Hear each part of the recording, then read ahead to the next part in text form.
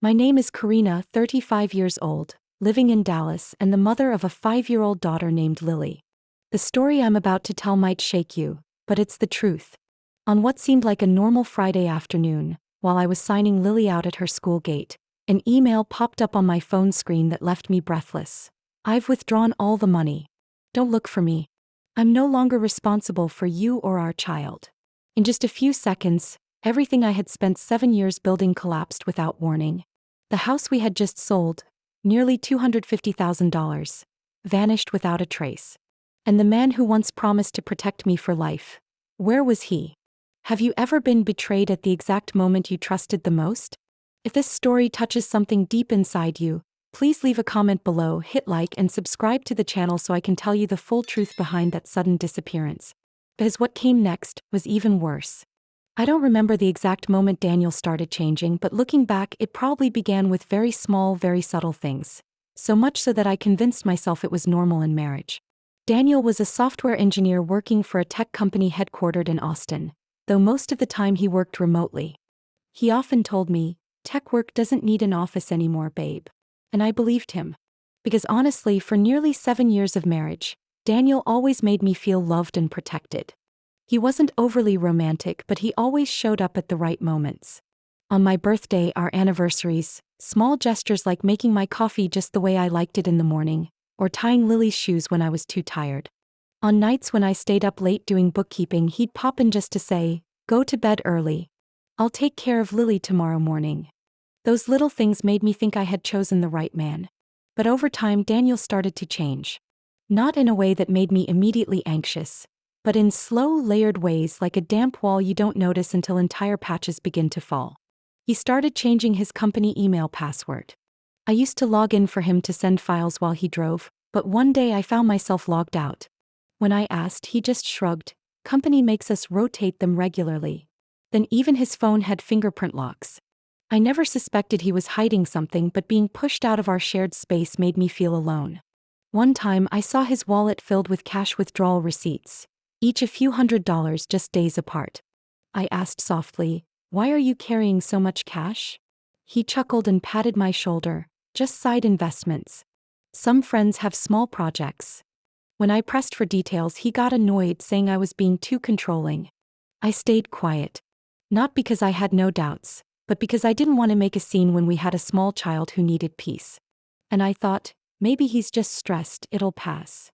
Then one Tuesday evening he came home, opened his laptop, and placed in front of me a detailed investment plan for a resort development in Arizona. The project sounded promising. The area was expanding, major investors were joining in, and the estimated returns could triple in 3 years. He said, "Karina, if we don't take this chance, someone else will. I've already got a broker lined up, and if we sell our current house, we'll have just enough to buy in." I hesitated. Our house wasn't big, but it was home. It was where I brought Lily back from the hospital, where Daniel had hung that tiny swing beneath the oak tree out front, where I'd taped her little drawings along the hallway walls. But Daniel looked at me with fire in his eyes. "This is for our daughter's future." So I agreed. We sold the house at a decent price, thanks to a rising market. And the full amount, nearly $250,000, went into his account for the investment. I'm an accountant.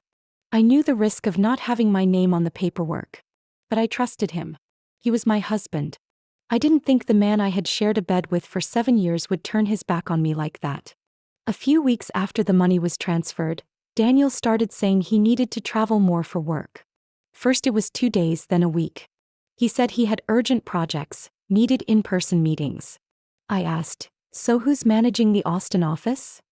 He replied, "I'm consulting now, don't need a fixed office." That response made me uneasy. Quietly, I reached out to an old classmate who used to work at Daniel's former company. She messaged back, "Oh, Daniel left 3 months ago." Everyone here was surprised. He left so suddenly.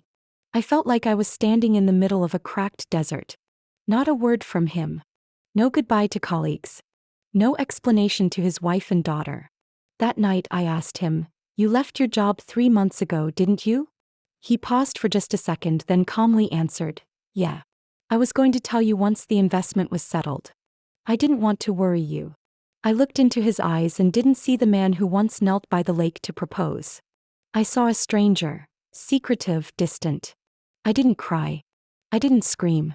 I just held Lily in my arms as she slept and whispered to myself, do I even know who this man is anymore? What I didn't realize was that the worst was still ahead. I don't know how long I had been driving when I pulled up to Linda's house, my thoughts swirling like leaves in a storm. She lived about 20 minutes from Dallas, in a quiet neighborhood filled with white porches and neatly trimmed lawns. I didn't call ahead. I couldn't think straight. I just needed someone from Daniel's family to tell me what was going on. I needed to know where he was. I needed to understand how things had unraveled like this. Linda opened the door without a trace of surprise, as if she had been expecting me. Her face was cold, her eyes scanning me from head to toe like I was some intruder. "Karina," she said curtly. "You finally came." I didn't get a word in before she stepped aside, gesturing me inside. The house felt colder than usual despite the heater being on. I walked into the living room where a wedding photo of me and Daniel still hung on the wall. A photo I used to love. Now all I saw was a woman smiling beside a ghost. "What is going on, Linda? Where's Daniel? I need to talk to him." She folded her arms, her voice sharp as ice. "He doesn't want to talk to you. And frankly, I don't blame him." I stood still, confused. "Why?" Linda pulled an envelope from the coffee table drawer and tossed it down. Inside were several printed photos, grainy but unmistakable. One showed me holding Lily, the angle distorted and cropped. A few made it look like Lily was crying while I yanked her arm. Another showed me in the kitchen holding a cooking spoon, zoomed in so close it looked like I was yelling at her. "I don't know what your plan is, Karina," Linda said slowly, "but Daniel showed me these. He said you've lost control. He said you've been violent with Lily. And if that's true, I think he was right to take the money and protect the child." A chill ran down my spine. "What are you talking about? You think I'm abusing my daughter?" Linda curled her lip, eyeing me like a criminal. "He told me you had mental issues after your miscarriage. That you never got proper treatment. I've had my doubts for a while now. The way you react when Lily misbehaves, the way you seem unstable." I trembled, not out of anger but fear. Fear that they were crafting a whole new story. One detached from reality. Worse yet, they'd been planning it all along. I stepped back and pulled out my phone. The home security system is remote controlled. Daniel handled the technical setup. If these images exist, I need to verify the originals. "There's no need," Linda raised her voice. "I've seen enough." I said nothing more. I grabbed my keys and walked out the door, barely feeling my feet on the ground. Inside me was a hollow, echoing space, heavy with the stench of betrayal and lies. When I got home, I immediately opened my laptop and tried to access the admin account for our security camera system. I was the one who bought the system, but Daniel had been the one to install it. I used to have full access. But now the password didn't work. I tried again. Incorrect. I tried 3 more times. Still no luck. A message popped up after the final attempt. "This account has been locked due to invalid login attempts. Please contact the administrator for assistance." Administrator. That meant Daniel. I sat frozen. My mind began to race with questions. When did he change this? Why would he go so far as to fabricate evidence against me? And worst of all, what did he plan to do with those images? Lily was napping on the couch, her hair messy, arms wrapped tightly around a brown stuffed bear. I sat on the floor beside her, leaning against the armrest, watching her sleep. That little face was the reason I had endured so much over the years. The reason I once believed Daniel when he said, "You don't need to work. Just stay home and take care of Lily." Now I understood. All that time I'd been living beside a man who was no longer my husband, but someone plotting to erase me from his life, by any means necessary. I had always thought of myself as strong. But faced with a scheme this calculated and cruel, I started to panic. Not just because of the money, but because I was beginning to realize I could lose my daughter if I didn't act fast. I was sitting at the kitchen table, gripping a glass of water so tightly my fingertips were turning white when the phone rang. The screen showed a name I hadn't seen in years. Ethan, a former college classmate now working at a tech firm in Seattle. We had stayed in touch on LinkedIn but never spoken directly in years. I answered.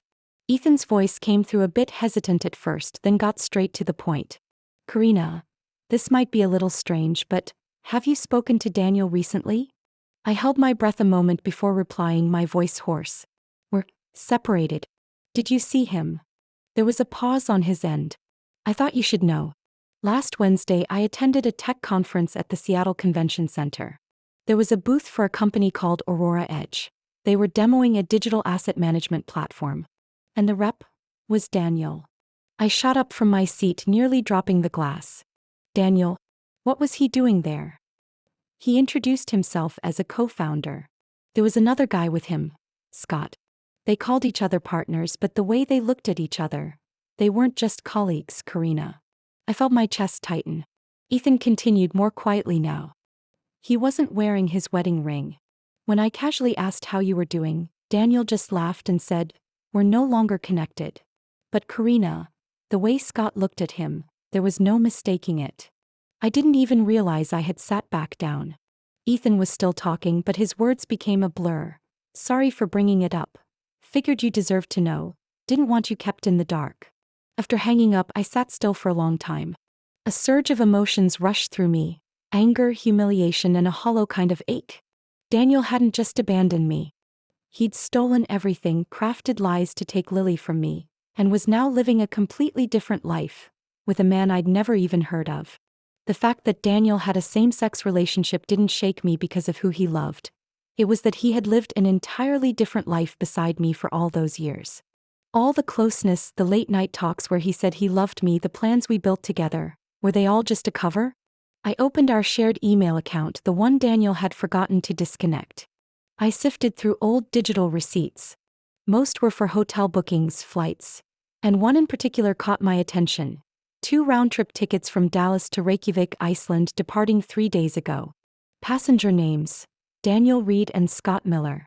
My palms began to sweat. They were in Iceland. Not only had they escaped me, they had taken every dollar we had, left Lily behind, and were living the partner life Daniel had always dreamed of. I quietly walked into Lily's room and sat beside her as she colored. Mommy, I drew this purple flower for you. I leaned down and kissed her soft hair. Thank you, sweetheart. I wasn't angry anymore. I was resolute. I couldn't let that man keep building new masks while I was left to stitch together all the damage he had caused. I needed to dig deeper. I had to understand what Daniel's real plan was and how long he had been orchestrating it. I went back to the computer and opened the shared folder that was still synced to our cloud account, something Daniel forgot to revoke. Inside a folder labeled Hidden Project, I found a series of encrypted files. The password was simple, Lily's birthday. I had used it on many of our joint accounts. The first file was an investment contract for a business entity in Iceland. Legal representative, Scott Miller. Main investor, Daniel Reed. Initial contribution, $200,000. The second file was a document outlining legal steps to sever ties with Karina Mitchell. Me. It even included a list of recommended attorneys in Reykjavik, in case she follows. I sat in silence, tapping my fingers on the desk. What I was facing wasn't just a runaway affair. This was a full-on escape plan, timed, structured, and legally armored.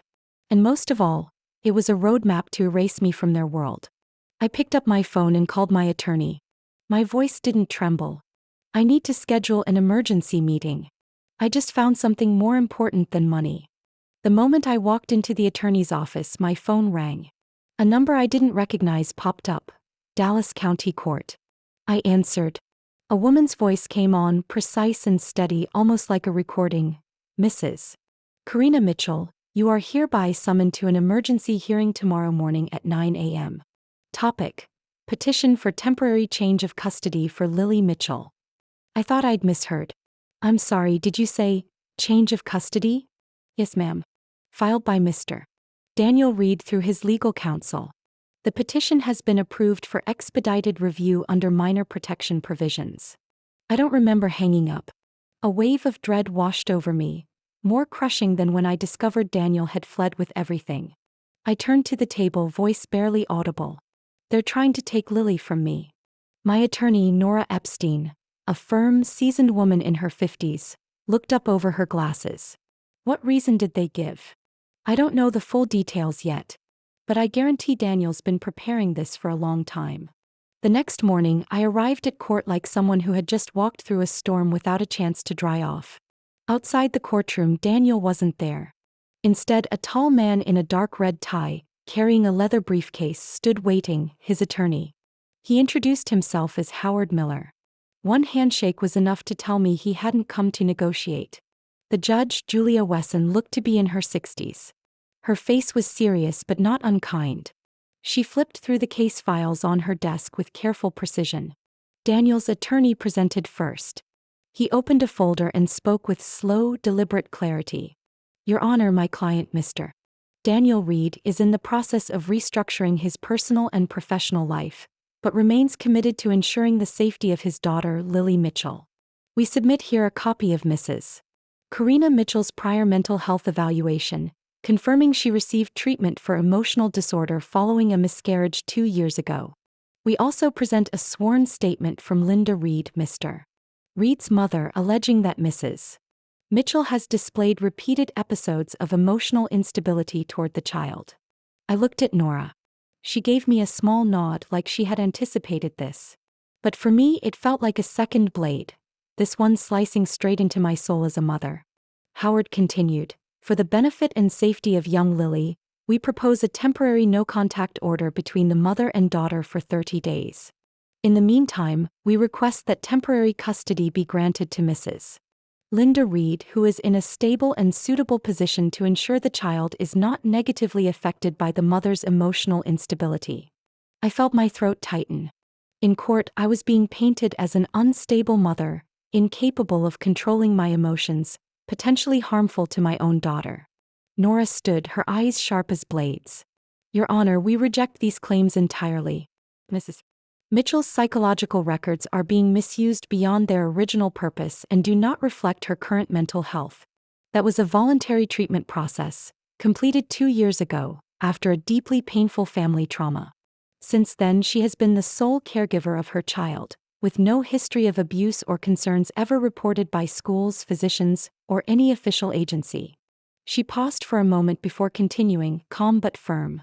We also question Mr. Daniel Reed's true motives, as he has withdrawn all joint assets, left the country, and currently plays no active role in the child's care.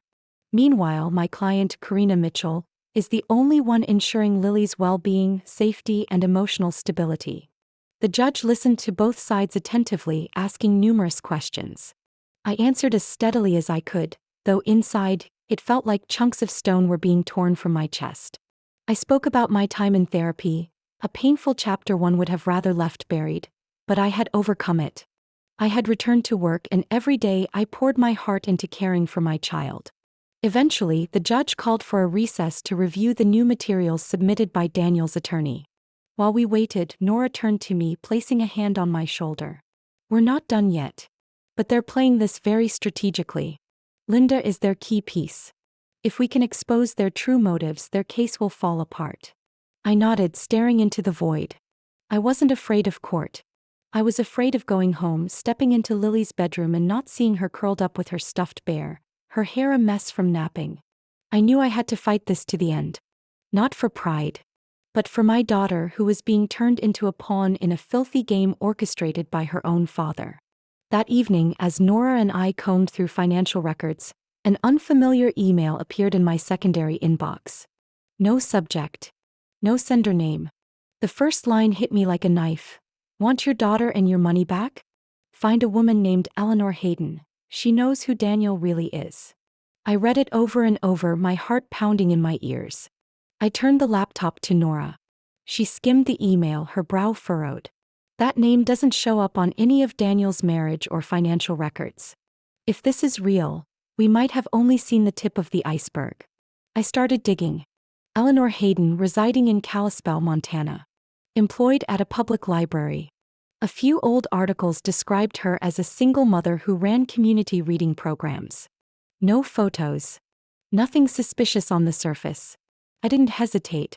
By 3 a.m. the next morning, I was on the road from Dallas, carrying copies of the court documents, every piece of data I had recovered from Daniel's forgotten cloud account, and an old photo of him, or rather the man I had believed was Daniel Reed. I drove nearly 1,000 miles nonstop, only pausing for gas, coffee, and checking in to make sure Lily was sleeping soundly back home with the sitter. The farther I drove, the heavier my chest became. It felt like I was driving through a forest of lies, each mile another blow to the realization that I had lived with a total stranger. I arrived in Kalispell that afternoon. The air was crisp, clouds heavy in the sky. The library where Eleanor worked was a small red brick building lined with maple trees shedding their leaves. I stepped inside, heart thudding, clutching my folder tightly. A woman in her 40s was shelving books on the highest rack. Her hair was pulled back, her frame slight, and her eyes looked tired. I approached her, trying to steady my voice. "Excuse me, are you Eleanor Hayden?" She turned around. Her eyes widened as if trying to place who I was. "Yes, I am. Can I help you?" I took a deep breath. "My name is Karina Mitchell.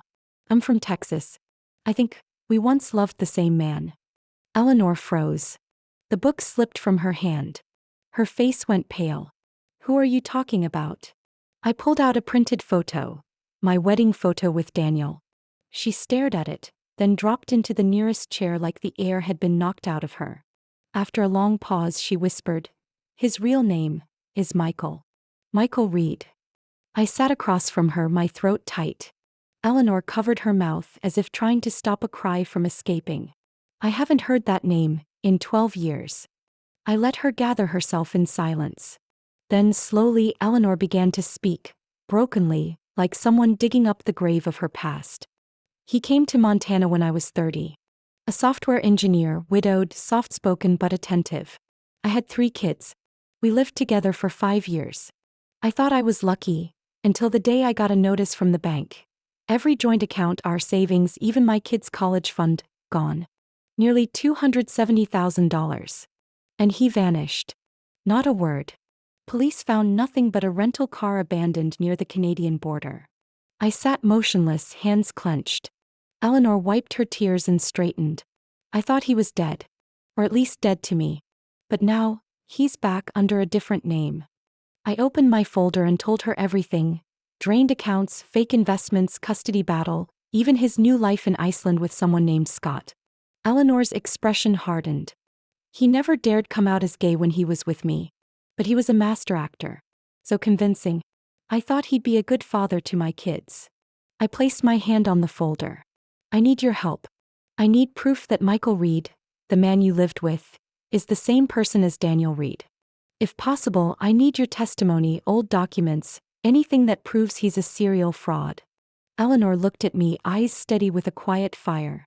"You'll have everything I've got. I've been silent for 12 years. It's time he faced the truth." We sat together late into the night, copying files, digging up old letters, receipts, property contracts, even handwritten notes Michael had left her kids.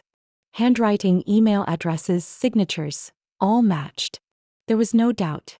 I left Kalispell well past midnight, carrying something even more valuable than evidence. The voice of another mother who had lost everything to the same man. And now I knew I wasn't fighting alone. As dawn broke, I drove away from Kalispell, Eleanor's USB stick tucked close in my jacket pocket like a treasure. On the road back to Dallas, I replayed her recorded testimony in the car, every word cutting deeper into my memory. Michael isn't just a con man. He's an illusionist. He targets vulnerable women, widows, single mothers, those grieving, then builds the perfect fantasy. Once they believe they can't live without him, he quietly seizes control of their finances, their documents, and disappears. Eleanor had given me everything. A copy of his original birth certificate with the name Michael Reed, a Cayman Islands bank account he once used, and one special document, his handwritten notes on a hidden trust named Crimson Current Trust based in Bermuda. It was registered under a shell company, not in the name of Daniel or Michael. When I got home, Nora was stunned by what I brought. She laid everything out on the table, organizing them into piles. Forged documents, bank records, personal letters. Then she looked at me, her voice somber. "We're dealing with a professional. This man isn't just a cheating husband. He's a federal criminal." I nodded. "And he's in Iceland." Nora picked up her phone. "I know someone. He's a private investigator, used to work in civilian intelligence. Name's Marcus Lane. If anyone can track Daniel or Michael, It's him. 3 hours later, I was sitting across from Marcus at a small cafe near downtown Dallas. He looked to be in his early 40s, tall, broad-shouldered, with a buzz cut and a serious but not cold face. Marcus listened without interrupting once. It wasn't until I placed Eleanor's file in front of him that he looked up, his expression shifting. He used an account in Bermuda with a shell company registered under 3 layers of legal cover. None of the transactions are under his name. This is high-level asset concealment. I asked quietly, "Can you track it?" Marcus thought for a moment, then said, "If he's spending from that account in Iceland, the trail will show eventually. I'll need access to his card activity, email logins, and any old devices you two shared. And if we're lucky, I might be able to trace his location." I gave Marcus Daniel's old password, a mix of family-related dates he always used, including Lily's birthday. I didn't know how many security layers he'd added since, but I hoped Daniel still carried his usual overconfidence, that no one could outsmart him. 4 days later, Marcus called. "I've got something." I went to his office that very afternoon. On the screen, Marcus opened a satellite map and pointed to a northern region in Iceland, the town of Akureyri, nestled between snow-capped mountains and a glacial bay. He used a digital payment card from the Crimson account to book a room at an Airbnb called Bjarnargata. Also, an email from one of his old devices briefly connected to a public cafe Wi-Fi downtown.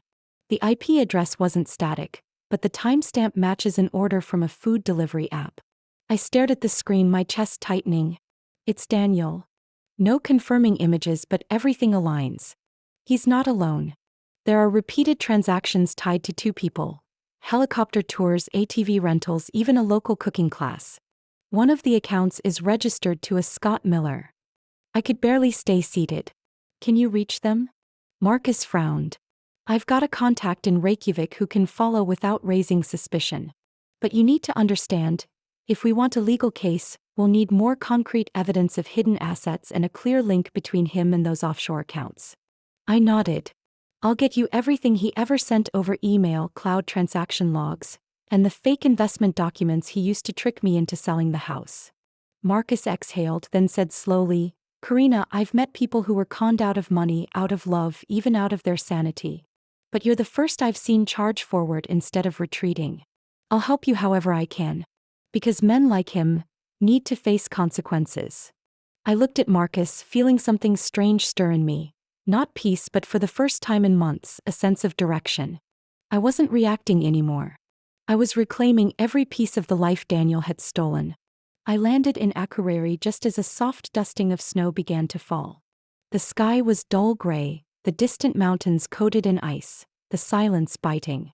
In my hand was a small backpack, a phone with a hidden recorder, and most importantly, a certified copy of a U.S. federal court subpoena, officially stamped by the embassy. Marcus had sent me the address of the apartment where Daniel and Scott were staying, right above a cafe called Norder Caf in the town center. He'd also warned me firmly, "Don't confront directly. Just gather evidence. As much as possible. And if he sees you, don't let your emotions take over." I rented a small room 3 blocks away. The cold was brutal, but I bundled in a thick parka, pulled a wool hat over my ears, and walked to the cafe like any other anonymous tourist. A small wooden sign swayed in the wind, "Norder Caf, artisan blends local breads." Inside, the cafe was warm and softly lit. It held just 5 or 6 small wooden tables, foggy glass windows, and a counter where soft lighting glinted off every movement. Then I saw him. Daniel, or rather Michael, wearing a gray canvas apron, his hair longer than when he left, clean-shaven, his face still carrying that calm, familiar mask. If I didn't know better, I might have thought he was just another middle-aged man searching for peace. I sat quietly near the window, set my phone beside my coffee. The hidden camera in my sunglasses was already rolling. I took discreet photos of the cafe, the handwritten drink menu, and the business license hanging behind the counter listing Scott Miller as owner. Scott emerged from the back room, smiling and waving to Daniel. They exchanged a few words quickly, and then Daniel turned toward me. His eyes scanned the room and froze. His entire body stiffened, like a sudden gust of Arctic wind had slapped him in the face. He still held a dish towel, but his shoulders dropped. In an instant, Those eyes looked at me as if unsure whether he was awake or dreaming. I didn't speak. I stood slowly, walked toward the counter, reached into my bag and pulled out the folded paper. I placed it lightly on the wooden counter, my fingers pressed firmly on the edge, staring him straight in the eye. Daniel looked at the paper, then at me. His lips tightened. I didn't need to say a word.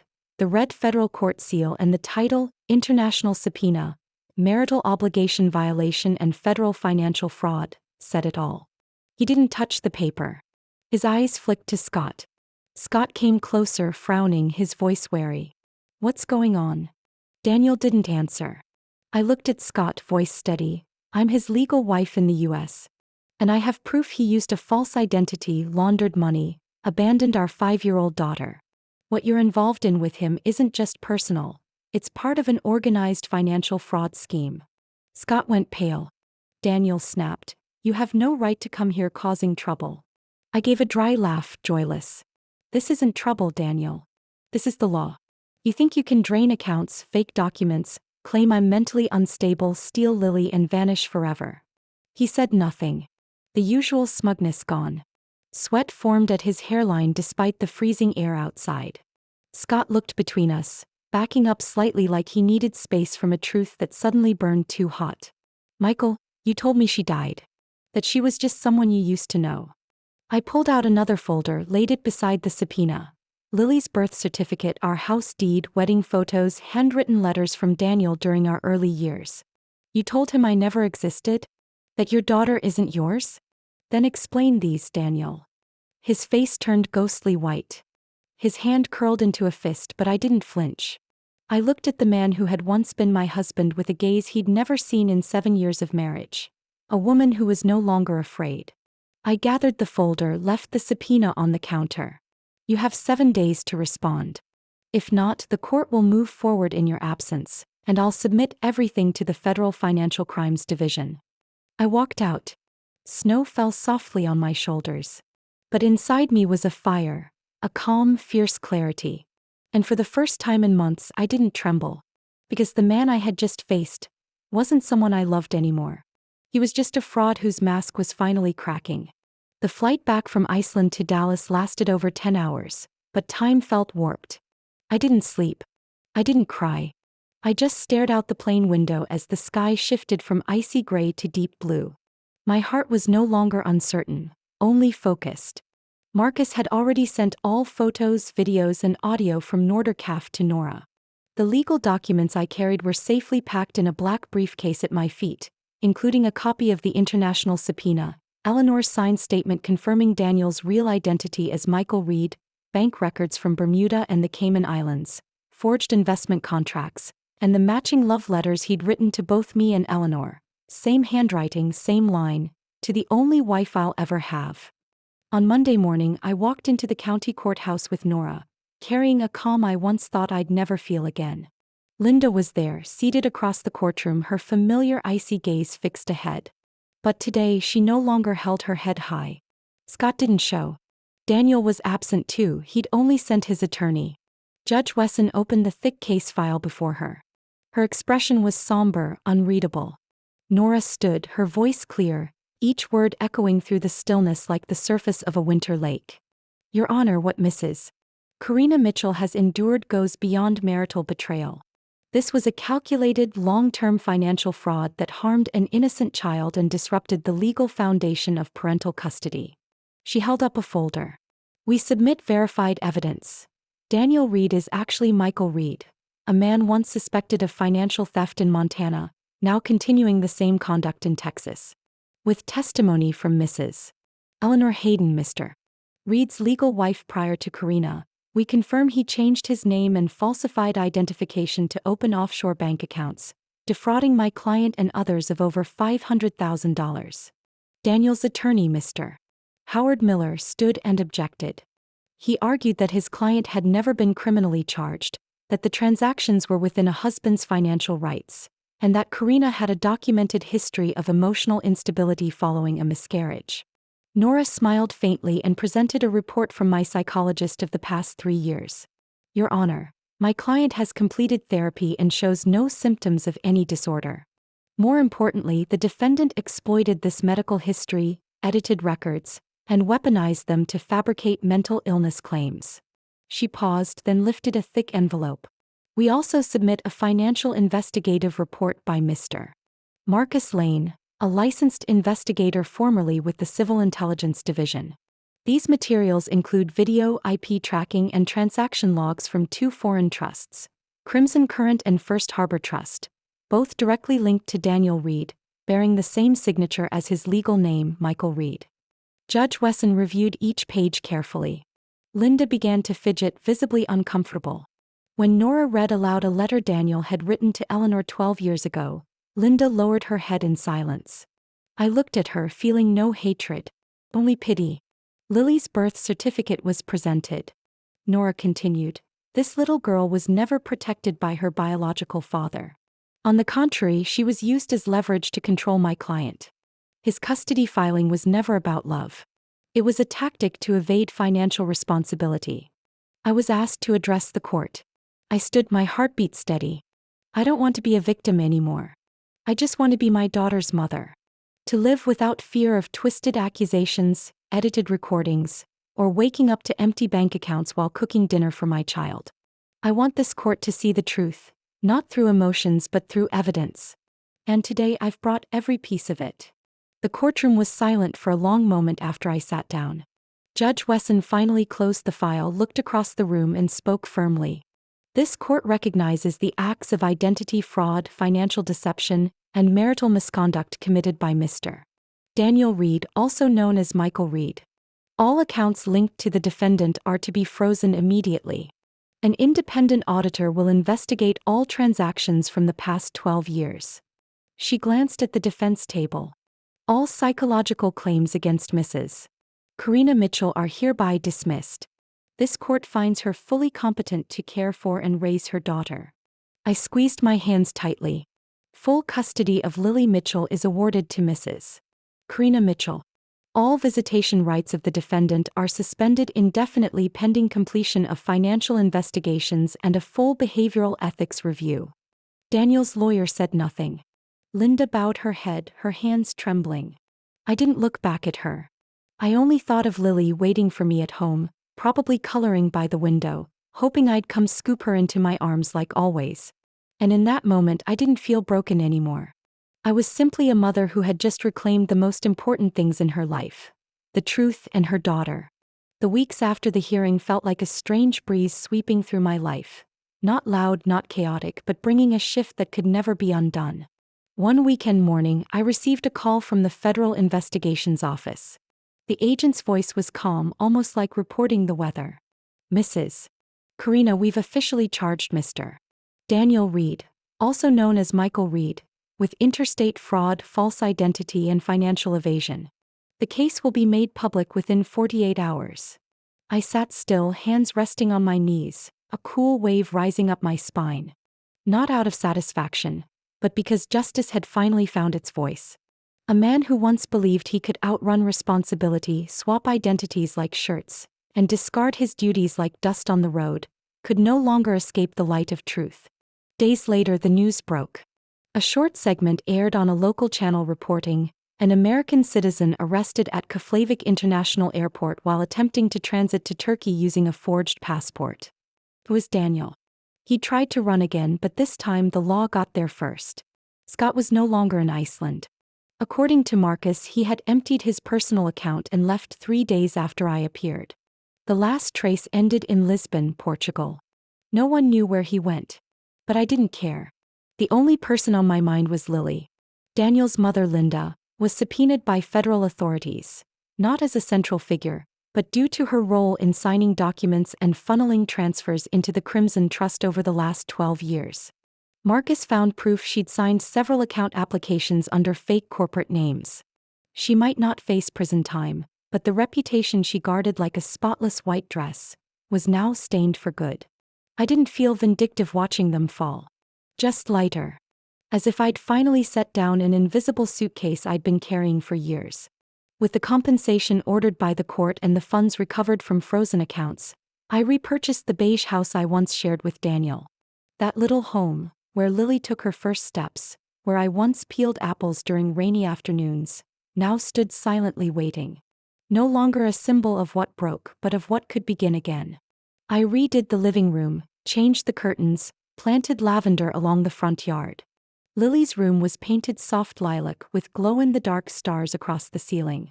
Every night I read her a story. She loved magical tales, but one evening she said, "Mom, tell me about you and me. The real stories. They're better than fairy tales." So I did. Not just to her but to the world.